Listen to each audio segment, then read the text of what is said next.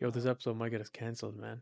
No, I can't guess. Welcome back to the Saint Soldier Project. This is episode 5, where me and Matab talk about an idea of bending and not breaking rules when it comes to religion. This is done on the basis of our own projection of what the rules mean, what people have devised religion to be, and this man made construction that has put us in this category of you're either someone who is religious or someone who is not. Me and Matab go on to speak about many other topics in this where we are relating our faith, other faiths that we have knowledge on, and faiths that are commonly known within the world. But let's get into it, and I hope you guys enjoy. Yeah, let's get into it. Did anybody ask you? Yeah. नहीं तू जरूर बोलना ही सी. Yo, Run the yeah, music. let's get into it. Like Run the no one music. Run the cares, music. bro. What causes people to pick and choose what they want from religion? Nowadays, people are waking up to the idea that religion is a lot of bending of rules and making yourself feel better so you're not part of this judgment instead of breaking them.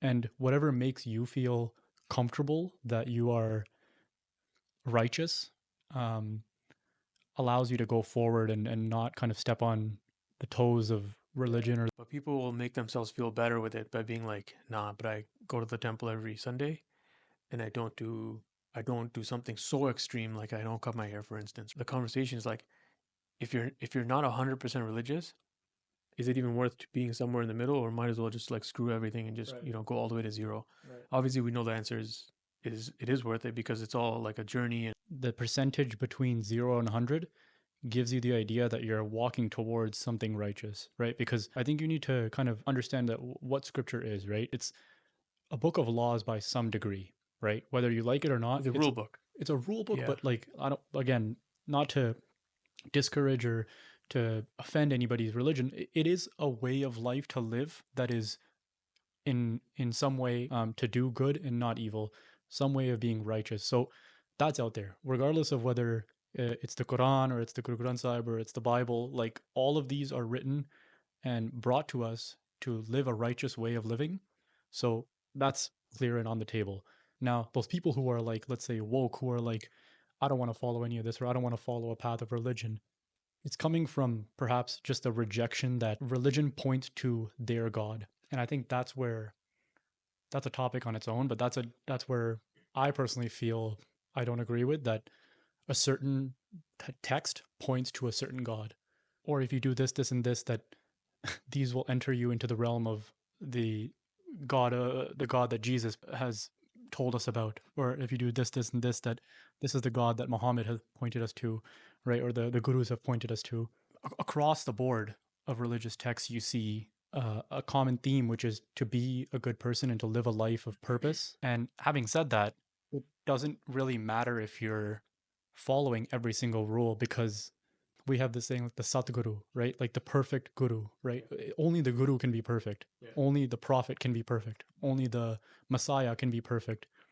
So on and so forth. Our job is to walk the path and try to learn from these people because that's what they are. These guys are enlightened beings who had an energy above normal people like us who were able to preach a message and were given this wisdom, this divine wisdom, right? Like the Buddha was given like a divine wisdom of an enlightenment where he was able to share certain things that nobody else was able to see, right? Despite being born. But even if you let's say I'll play devil's advocate, right? Yeah. And I'll be like, religion teaches you to do. It tells you like as a rule book or as a guideline, you're supposed to do this, this, and this, because this is what this religion thinks it is to be a good person, right? And we have like our identity and the rules and stuff like that. We don't do certain things or whatever it is, right? People like devil's advocate, people will be like, this is what's written, so this is what you must do. Yeah. And to question it, not to say that like it's an uproar if you question it, but like, why would you even question it in the first place? Then why would you not follow what is explicitly written for you in the book that you believe that's given to you, right? As your, like, people use the term as your Bible, but as your holy scripture, in our case, Guru Granth Sahib Ji. Like, if these books say you're supposed to do this and you believe yourself to be a Sikh, then why would you even question the fact that there's anything different than that you can even bend the rules? Like, where do you get that not the right, but where do you get that kind of courage to even be able to bend the rules and to say that I'm okay to do this? Give me an example as well.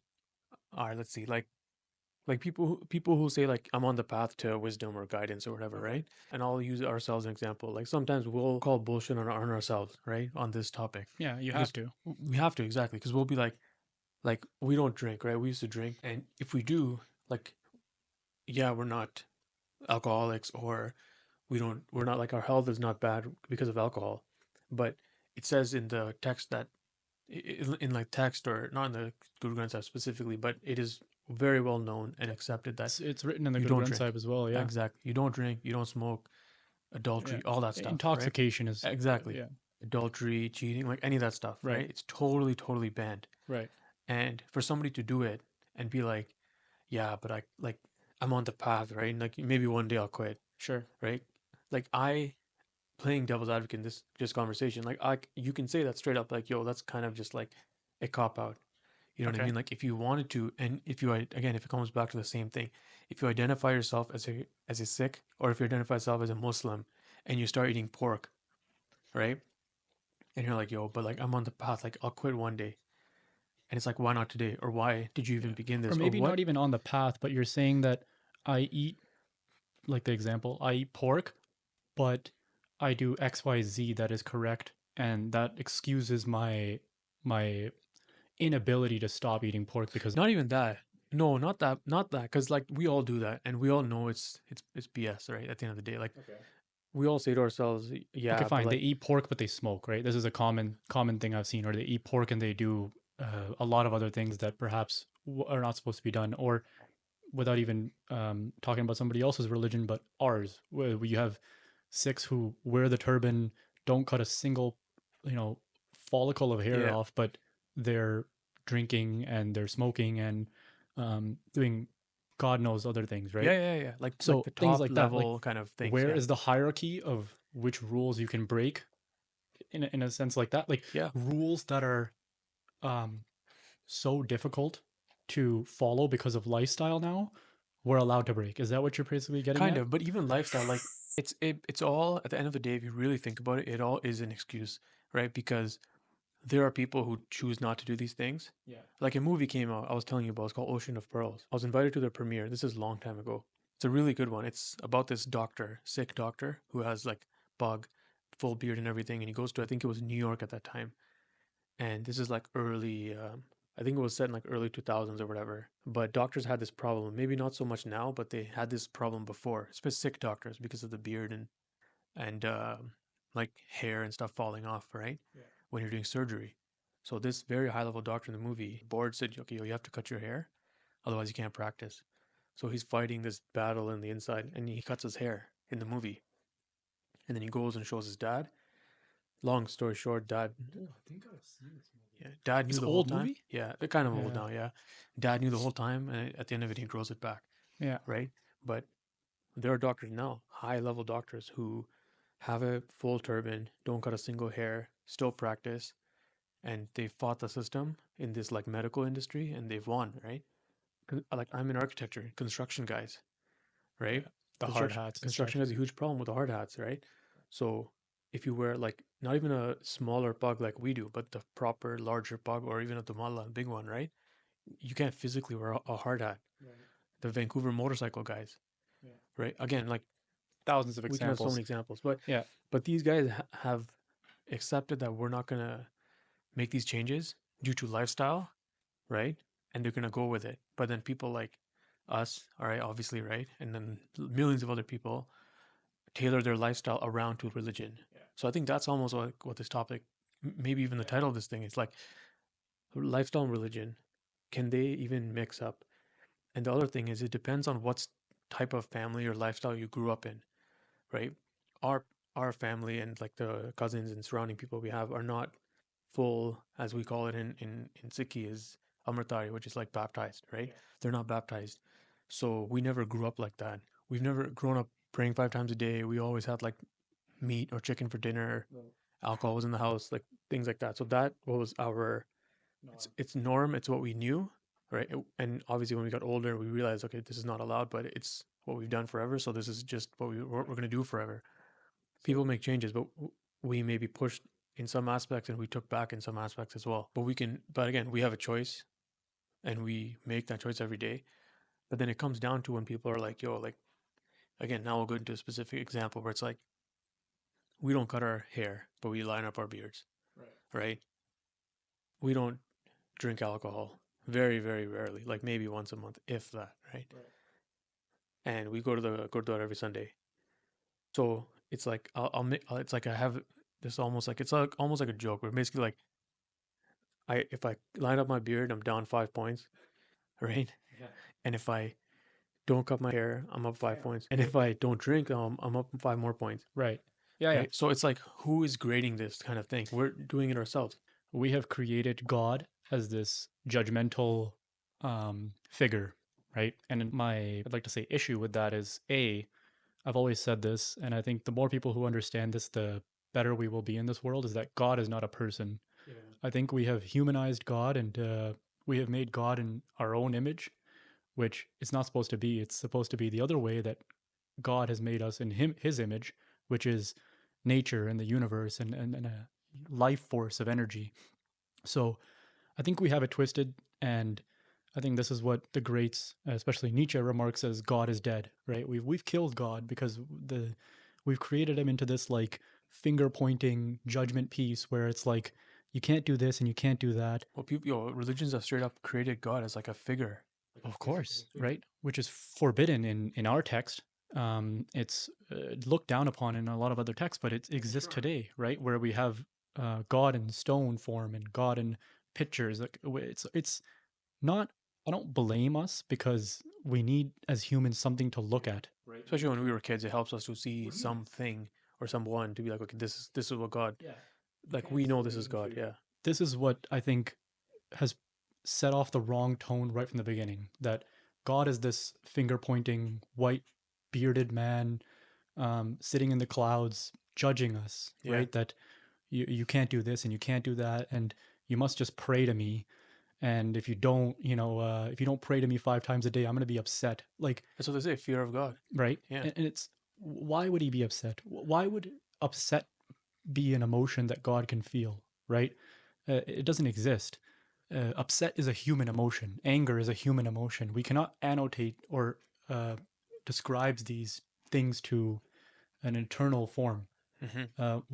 What might upset me might not upset another person, right? If That's a human experience, a human emotion. exactly What upsets you might not upset me. this all falls under the idea of judgment, and I think that's where we have it wrong, because we cannot look at God as this figure of judgment where we always need to impress this person, right? And I will refer to God as him, not because I'm patriarchal or anything, but I think just that is God, how I've spoken about him, and it's difficult to kind of use another word for him. But I think that's where we went left in a lot of ways, and it's hard to get out of that. And I try every day. So to get back onto your point is that, like, we need to see and understand that if I line up my beard, like you mentioned, right, and I don't cut my beard, does that make me any less of a Sikh? Right? Yeah, that's true. I stand in front of you and I stand in front of 100 people. I look like a Sikh, right? I have a big beard. I have all the facial features. If I was born 3 seconds late and I was born as my neighbor instead, a Hindu, would that make me less of a righteous person because now I follow all the Hindu uh, rules and regulations of religion and lifestyle? All my beliefs change in an instant, right? Now I'm not Sikh anymore, and maybe I'm not. Does being a Sikh make every other religion wrong? Because certainly our rules and beliefs are different. There's nobody in Christianity who keeps their hair. Like, we keep our hair because we don't want to remove anything that nature has given us. We don't remove our hair because it's been given to us by God. It grows naturally, and we don't remove that. But that doesn't make any sense to someone who's living in like Spain, who has no idea about something like that. If you want to play devil's advocate, come to me when it is making me less of a righteous person and it's making me harm somebody or myself in any kind of way or shape or form. Yeah. When it comes to that, then you have an argument, right? And I know this goes way beyond The rules of Sikhi go beyond harm to oneself or the others. It's to bring yourself into an egoless form, an unattached form, right? We also don't cut our hair because we don't want to put beauty on a pedestal, right? We shouldn't want to look at ourselves. We Plus, shouldn't it gives care for us beauty. like in our religion, it gives us a unique identity. In Years ago, Africa, they have turbans. right? They Yeah, keep their hair yeah, because it's a no, and people wore turbans, right? This is not just a Sikh thing. These things were kind of meant for us to like disqualify beauty and to get rid of that, right? That's why we keep our hair, and that's why we do a lot of other things. Is to pray, is to bring the ego down, right? Is to have humility, to be unattached.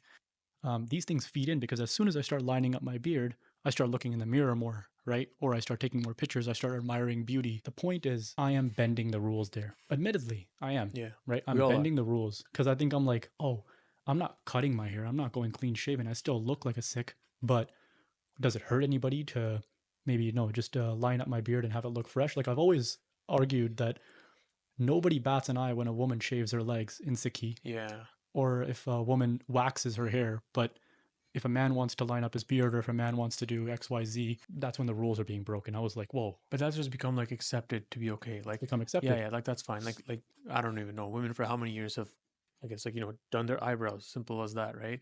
And it's just like accepted that, okay, this is fine. Like, we'll let this one slide. And then generally people have become okay with that. And that's like another topic that we'll have probably later on is like in Punjabi culture, like drinking is a huge thing, right? And we've let, again, I'm like generalizing, but we've let drinking slide for so long. Oh, Punjabi people drink, it's fine, whatever. It's like, it's part of the culture. But like imagine, bro, if like one guy wanted to smoke a joint, Yeah, right? It's like game over. yeah, Right? Cigarettes we know have been bad forever, but whatever. yeah. But Forget it's that. the act. Yeah, I'm not talking about the health benefits and the whatever, all that other stuff. Like I'm not talking about that at all.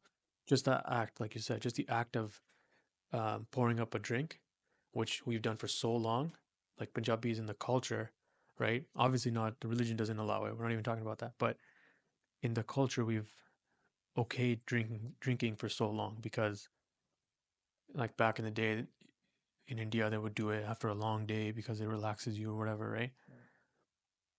But as soon as somebody wants to spark up a joint, it's like, whoa, this is the most evil, illegal thing you can do in your life because because as a culture, right, we haven't okayed it yet, right? Or if they want to do something else, for instance, right, whatever it is, Yeah.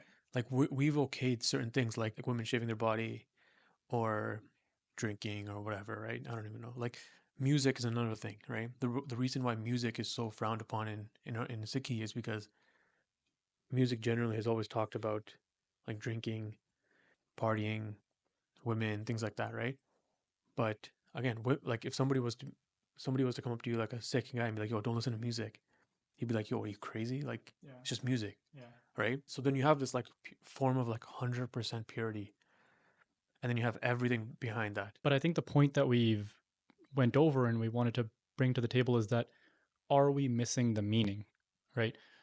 Sure, you're that 99% that you mentioned, right? Or you're further along this curve of righteousness, or this lever of righteousness than the next person. But are you missing the point? Or what is the point of religion? All these rules, I can speak for Sikhi, and all these like things that have been written to suppress those five evil sins, or the seven deadly sins that are brought up in Christianity, right? That you are away from rage, away from greed, attachment, ego, right? Lust, all that stuff. Yeah. Lust. How do you avoid these things?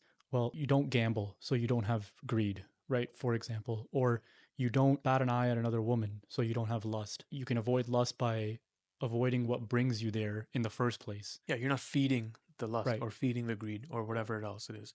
The truth of the matter is that although these things are very, very difficult to do, and what the Guru has been teaching us that, hey, this is the way of life. We live in a world where you step outside the house and there's things happening that make no sense compared to when this script was written. Now, our scripture is only 500 to 600 years old, right? It's not that long ago. You have religious text that's dating back 1,000 years. How can some of those things apply to the times now. Yeah, like I just thought of an example, like a silly example, right? Sure. In the Guru's times, there was no like going to the beach and hanging out and having a nice picnic, Yeah. right? Even Wait, if on why the not? picnic there was, huh? Why not? Think about it. Not just as a dumb example. Think about it. There was no like going to the beach, There right? was beaches back then. Yeah, I know. But what I'm saying is, like, okay, today we go to the beach, right? There's women in bikinis. There's dudes smoking joints, guys drinking, music's playing, all that stuff, right? No problem. Totally normal thing to happen, right? Yeah. That didn't happen back then, obviously. Right. So that understanding was completely different. The world was completely different. But to be like, yo, you can't have lust or look at a different woman, fine, that's good. Shouldn't be looking at other women anyways. But what I'm saying is, I'm not like, I'm not saying, I'm not, I think I'm you not put trying yourself in a to, little bit of a. I'm not trying to I get to think this. You know okay, what I okay. mean? An example could be I've always thought of this, but like cars, right? Sure. Cars pollute, Yeah. right? And or entertainment has been changed My now. girl is gonna come back and be like, "Yo, what the hell are you trying to get? Trying to You're get to trying to this with justify this podcast?"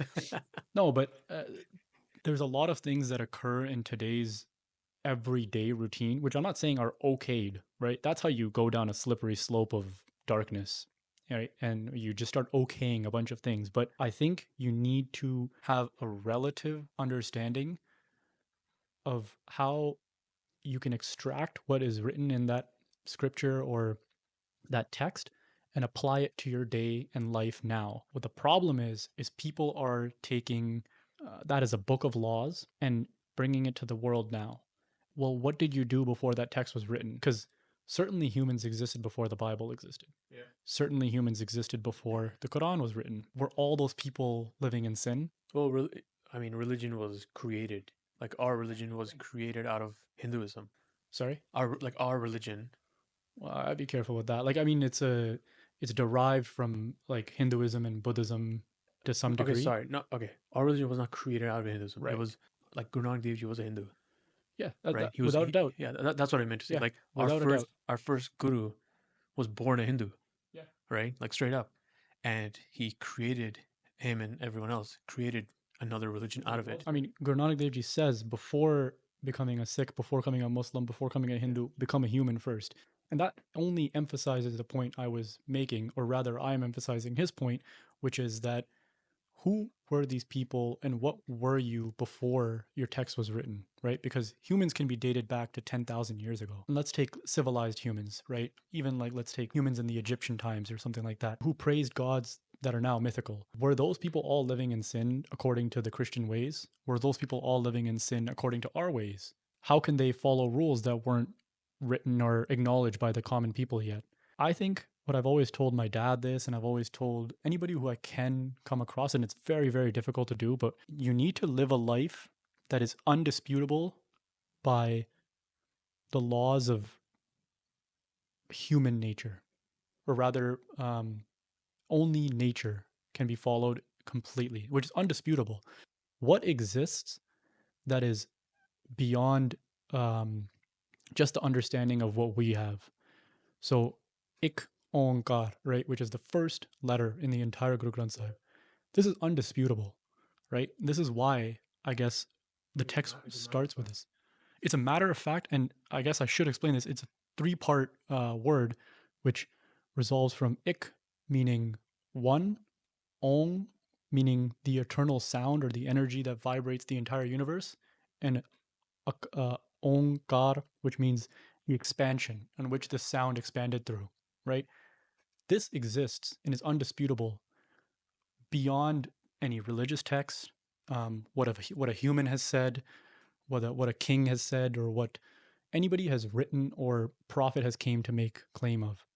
This is a universal thing that I can believe in. That this water is no different than me because I'm created from um, certain molecules that are also exist in this glass of water, Yeah, right? that's just like This, physics. Like of energy is course, never created or destroyed. It's physics.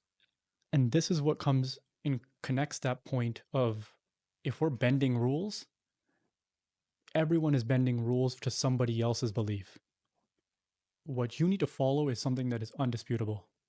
And ik onkar is just one, um, I guess, phrase that I, yeah, is that I can bring up at this point, but it's indisputable, right? Ohm is the same thing. Is that it's this universal vibration that exists throughout the entire cosmos that vibrates with you. Whether but Ohm is a word that humans created, right? It can't be something that um, it's not Om, and it's not also Ikongar, but the meaning, right? The understanding of this is undisputable, whether or not the word exists or not by humans, right? I think that's my point that I want to make is that bending rules, breaking rules, no one can follow everything. You cannot be perfect for everybody's religion. Religion is Well, no, not everyone's religion. Your own religion, the one that you were like born into, and then accepted that this is what I identify as. if you're born into it, you're equally not born into every other religion. Yeah, but sure, but you have to just acknowledge your own. You can't be like, Why? you can't practice Muslim faith No, but why are you practicing only the religion that you are born into? because that's the religion that you accept that you are. I think So why do people change? that's an old belief, right? No, so why do people change? Like if people convert, right? Why? I think they did some discovery, some research. I know the answer. What I'm saying is like people will be like so many. We know so many or heard of so many stories where white people convert to like not white, but Christians convert to Sikhi, right? Be like, oh, like something resonated with me in this religion, and I found beauty. It's the way of life that suited you. Exactly. And people and Sikhs are like, wow, man, come here. Like Well, we why? got another one. Yeah, that's not the right way to think about it. No, no, I know. I'm just messing around. But what I'm saying is, you accept the rules. Again, call it rules of the religion that you consider yourself to be, essentially. And that's what it is. Like that's what I'm saying. Like if you're gonna be a Sikh, and so like go all in, do what you're supposed to do. But there are guys out there, people in general, your day to day life that will that apply judgment, right? As I'm sure we sometimes have done in the past as well, because we do X, Y, and Z, and they're not doing whatever. But there are people in this world that will, whether it's like intentional or malicious or whatever, that will pass judgment on to you, saying that yo, you shouldn't really be doing this, man. Like this is not what Sikhs do. It's not our way, right?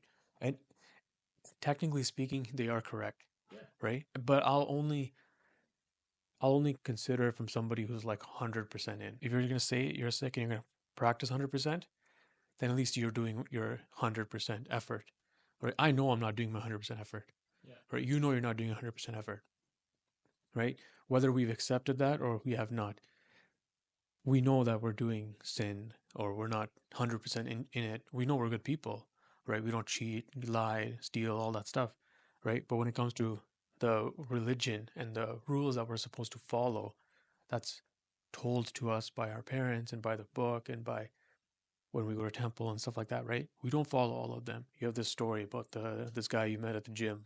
I met him. I just saw him from afar away, which is part of, I guess, the uniform that Our the identity. guru We has have given like that, us. we have that nod, kind of like when we Yeah, kneel to each other. Yeah. and he was wearing a dumalla, and I've been interested in. The Mala is kind of like that, the traditional style turban, like the larger one. And I went up to him and I asked him, like, how many meters do you use for this? And we instantly just hit it off and started talking in depth about Sikhi. Like that's honestly the only thing we discuss. And I noticed when he started speaking that he had this like little bit of a tone of judgment, that he was like, people come to the gym and their eyes are wandering, right? As you know, people do in the gym, where you have people wearing clothes to show off their bodies, etc. And he's like, it's so bad that this happens, and I'm like, it's okay, like like people are here for different reasons that I'm not aware of. And then he started going on about just different levels of an engagement of lust, talking about how so many Sikhs are not following the way, and how he has just walked on this path recently, wearing the Damala, becoming like almost like a true Sikh, right? To wear the uniform and to walk the path. It's interesting because he didn't actually know much about Bani, right? And I guess I, in a way, was talking to him, and I don't look like someone who would know much about Bani. And I was, reciting some lines from Gurbani, and this kind of continued from days and days on, where, we would see each other at the dim and we'd start talking about some awesome conversation. But then I'd always see something in his conversation where he started judging and talking about how, this is wrong. Like these people are doing it the wrong way.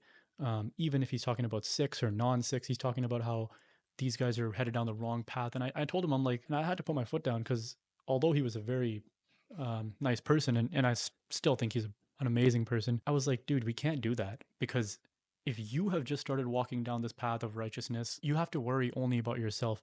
I'm not saying you shouldn't go out there and preach a good message, but don't cast this overlooking, um, Like entitlement or entitlement above. where Yeah. you think that you're beyond these things, right? Because if you have just gotten on it, you have been graced by this enlightenment, perhaps. You have been given this vision, right? Darshan, as we call it, that you are able to see past these things. I'm like, be grateful that you see these things, but don't pass this judgment onto them because to this day, you don't know Bonnie the way I know Bonnie, right? And I'm not wearing the uniform like the way you're wearing the uniform. And he was even talking to me that he's like, you should stop lining up. He's like, I used to do it too. You should stop lining up. I'm like, yeah, thanks, man.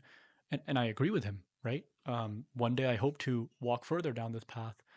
But I'm like, this is where I am now, right? And this is how long I've come. And who knows down the line where my journey will take me, right? To be a Sikh, the word Sikh means to be a learner, right? Forever on this path of education. And he kind of started to understand it after a few of our interaction where he's like, you know what, you're right. Like I've just realized that I'm starting on this path and I'm starting to realize these things of being beyond rage and being beyond attachment and lust and stuff like that.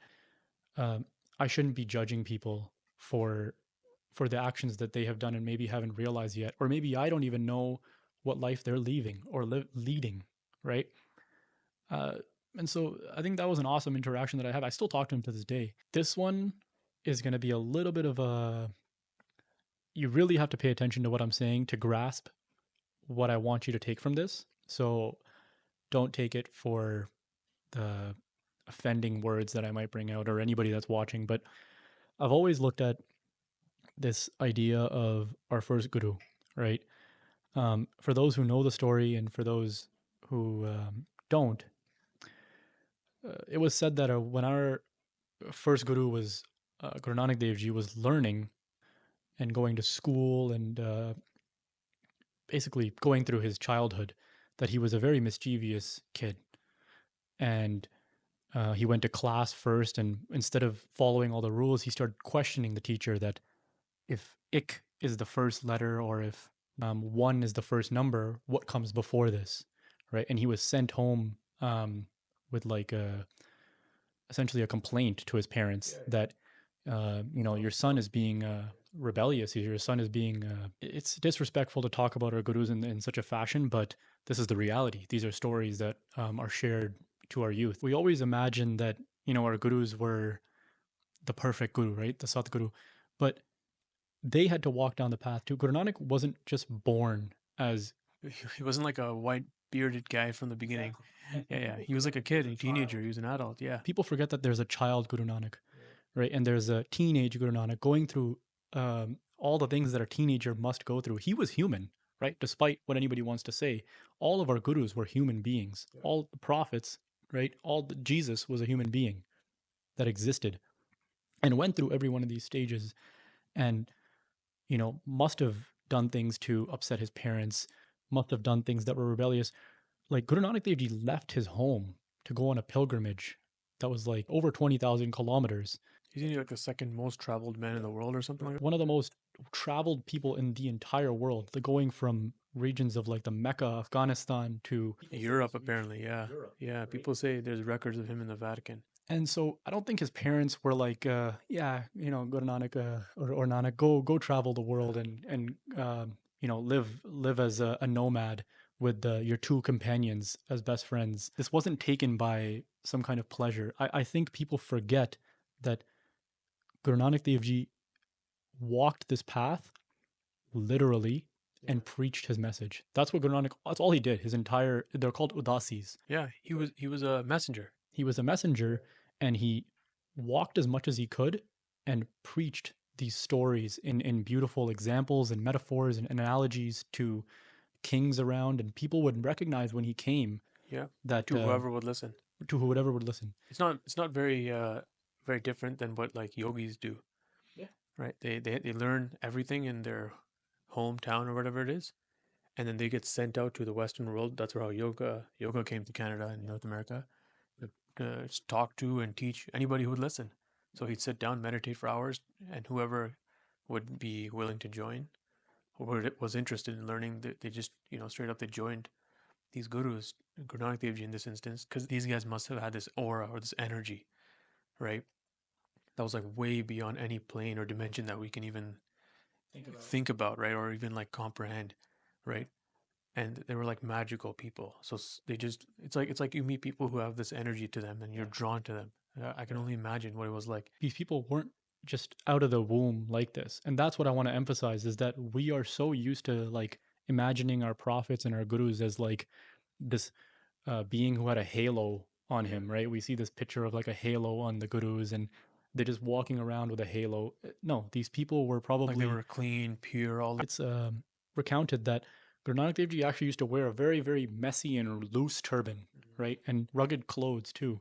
I mean, he wasn't like royally decorated as some of our later gurus were. He was a simple man. It's like the Guru Nanak Dev Ji with the tradition of the Hindu string, right? The one where you're supposed to tie it around yourself, right? That was something that in his time, in his moment as a Hindu at that time was literally supposed to do because that's what the tradition is. And he questioned it, didn't want to do it. Now, almost imagine like if you freeze that time, right? He was supposed to do something, he didn't do it, Right. and he was probably punished for it or questioned for it. Why didn't you do this? And that in itself is a rebellious act. Guru Nanak Dev Ji was a huge believer in that you should question everything. We always think, and because of the photos that we have in our houses and the ones that we see in the temples and stuff, right? It's very helpful for us people or kids when I was younger, right? As kids, and to actually see, okay, this is what a guru is. You're supposed to pray to it every day, right? That's fair. But on the other side of things, right? Like it forces an image in your head to be like, okay, this is the guru, and obviously we see it every single day, and we just imagine that, okay, Guru Nanak Dev Ji is like frozen in time. He's this As this like old wise man. yeah, he's this beautiful person meditating on a tree, clean, nice robe, Right. white beard. Like this is God. Yeah. We like this is what God looks like. Or God's spirit at Yeah, least. right. Or one of them, I guess, like one of the gurus, right? But he was a mischievous kid, young adult, so on, all the way up to when he was that gracious old man sitting and meditating on a tree, right? So I'm in no way at all, even 1% comparing like our path to this, No. right? Yeah. And nobody's excusing like what we've exactly like we'll wrap it up, but nobody's excusing what we do and saying that like we're still 100% involved in our faith, right? Like I can stand tomorrow in front of God and be like, yo, I'm a good person. I've done bad things, right? Learned from it, obviously, like every single person. But at the end of the day, I never had any kind of ill will, genuine ill will to anyone where I was like, I want to screw this guy over. At the end of the day, if you believe in yourself that what I'm doing is on the path that maybe one day I'll get to the point where I can do everything. Maybe it's 1 year from now, maybe it's when I'm 85 years old, right? But in my core, I can be like, I've done the right thing every single day up until this point that I can stand in front of God and be like, I've accepted who I am. I believe in my heart I'm a good person, and then I've learned and tried to do better throughout the way. I think it's the idea is just to walk the path, right? And like Sant Miskinji, who was a famous, I guess, saint, I guess you call it, Yeah, who describes is philosopher, that I guess. Yeah, like religions are like streams of rivers, and God is the ocean, right? And multiple streams are feeding into this ocean, but these are punths, right? Punths are like the almost a path, and he says that so many people focus on the path and focus on the route that they forget that they need to reach home. And home is where you want to be. Home is Sachkhand, right? Is heaven, is the heaven that we talk about. Heaven's not a place, right? It's a way of existing of within where we are now, right? You can either live in hell now or live in heaven, but these religions and these paths, these have been accumulated knowledge over years and years that have been tested that this is what brings you righteousness. Stay away from these things, right? Like imagine if anger wasn't something we knew we should stay away from. and if you think about it, all these things that they tell us not to do, they make total sense. The vices, they make sense not to get into them, Yeah. not to get involved, right? The Of more course. greedy you are, the more lustful you are, the more Yeah. gluttonous or whatever, right? They all make total logical sense. Yeah. I mean, it depends who you are, right? I think for us, we have gone through these things, but tell this to an atheist and he's going to be like, why should I pray to someone who I can't see, who I can't feel, who I can't touch, who I've never seen in my life and nobody's have proven, right? But then I just ask you, it's like, stop making God into this person you need to impress and Again, start. it's not this person. It's like that joke. It's like, yo, if I punch you in the face, Yeah. like let me show me your pain, Yeah. right? Yeah, I guess. Yeah. Like show But me that it hurts. yeah, I think we need to get into this understanding. If the world can start going towards the idea that you in front of me are God and the person beside me is God, and I myself sitting in this seat is God, my enemy is God, then you start to live a different way of life and you start to see things. It's very difficult. And It's a very high level it's understanding. a very high level of consciousness to have that. And I'm not excused for any of the things that I do. Um, we are talking about this purely because we want to spread this awareness. I'm not here boasting or trying to.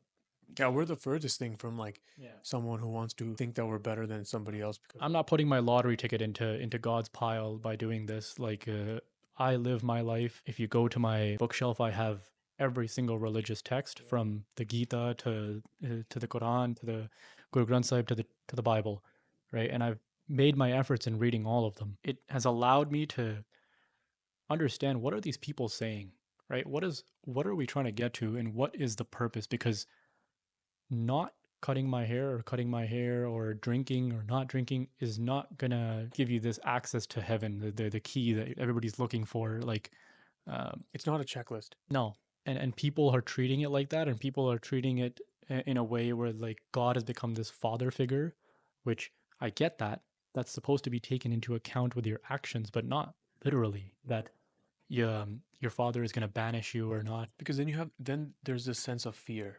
And Yeah. there should be, but it's a sense of like, I'm gonna disappoint God, Yeah. right?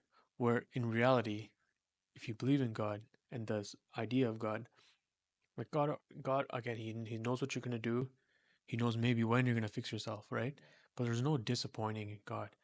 It's not like you said, it's not this father, right? He's not gonna be angry that you didn't go to the temple today. It's a learning experience, right? And kind of like I know we have a lot more to talk about this conversation and we'll touch on it on further episodes for sure. But to be selectively religious is human, I think that's kind of the summary of this, right? To pick and choose what you take and what you sin against in religion is human. And that's what we are at the end of the day. We're not these higher beings that can predict or even kind of think about at a higher level what outcomes this is going to have if we do X, Y, and Z. Our lifestyle mixed with the fact that we were born into a sick family and that we accept that we are sick, mixed with our lifestyle, our friends, family, our jobs, hobbies, and things like that, all that has an aspect, all that has an impact on how we practice our faith and religion. And culture is another big thing. Culture changes so much. Totally. And I think those things are, as time passes, those things are kind of mixing more than we'd like to, where culture is mixing with religion and we're forgetting where does religion start and where does culture stop. There's so many things that we do that we've learned. This is not religious. This is culturally done, right? To the point where we don't even know which one is which culture, which one is religion, and that's when arguments and stuff happen, right? And in the older religions, that's when real problems happen. And that's why I think the ultimate thing is find your fundamental basis of belief in something that is undisputable.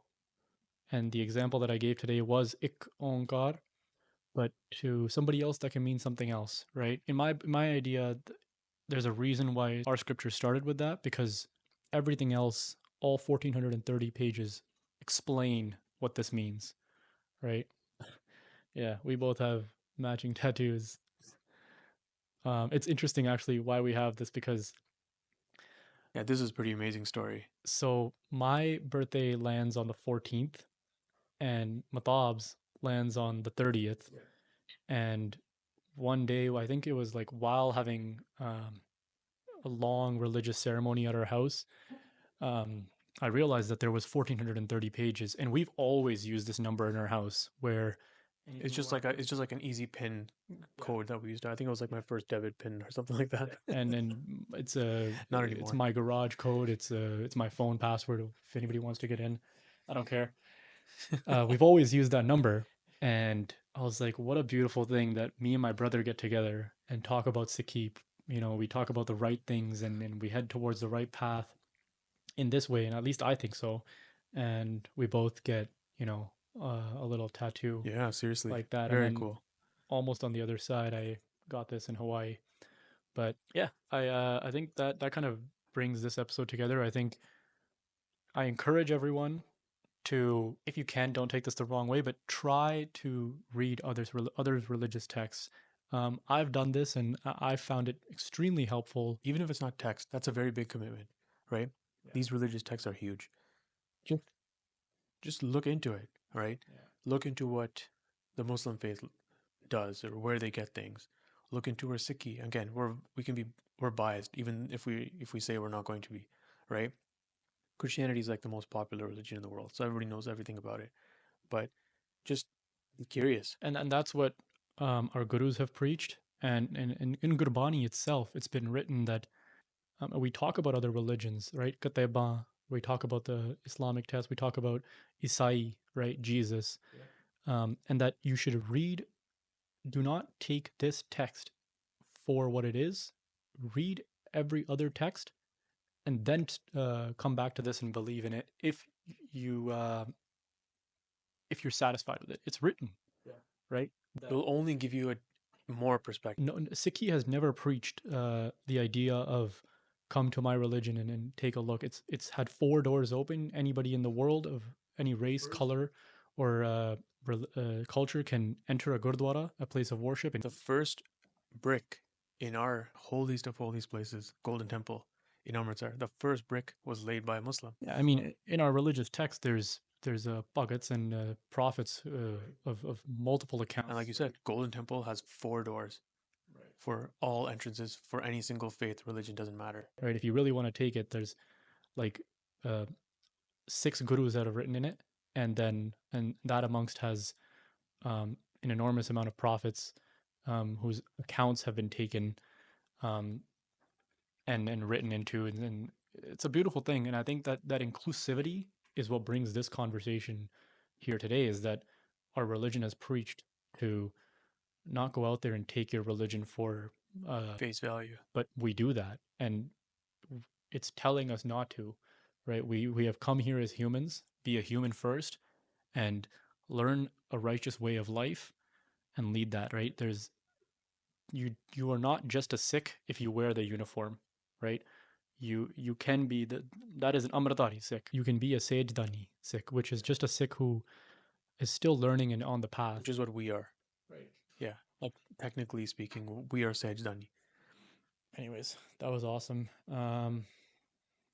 Yeah, I think this topic's gonna bring up a lot of questions, and it's gonna be something interesting to talk about. I hope I haven't stepped on anybody's toes. Yeah, we tried to be respectful, and we knew going in that this topic was going to be a little bit of a touchy topic. But I love talking about stuff Yeah, like it's this. when we don't want to get like controversial or anything like that. We might have said some things that could be controversial, but again, it's out of respect fully for our religion, for every single religion out there. And I know that this podcast ran a little bit longer than our normal ones, but we kind of expected that and also wanted this to be a little bit of a bigger topic. But yeah, thank you for listening, everyone. And again, we don't mean any disrespect to anyone here. We know this topic was a little bit touchy, but we really want people to reach out, especially on this topic, um, hear from Sikhs and especially non-Sikhs. We want other people, other cultures. So if you listen to this topic and you found it interesting or found it something different, please share it with people and tell them, to DM us. Let us know what you think. If you have any questions, communicate with us and reach out. We'd love to talk further, whether it's just in the comments when we post some reels and stuff like that. But yeah, guys, thank you for listening. This has been the Saint Soldier Project, and we'll catch you guys on the next one.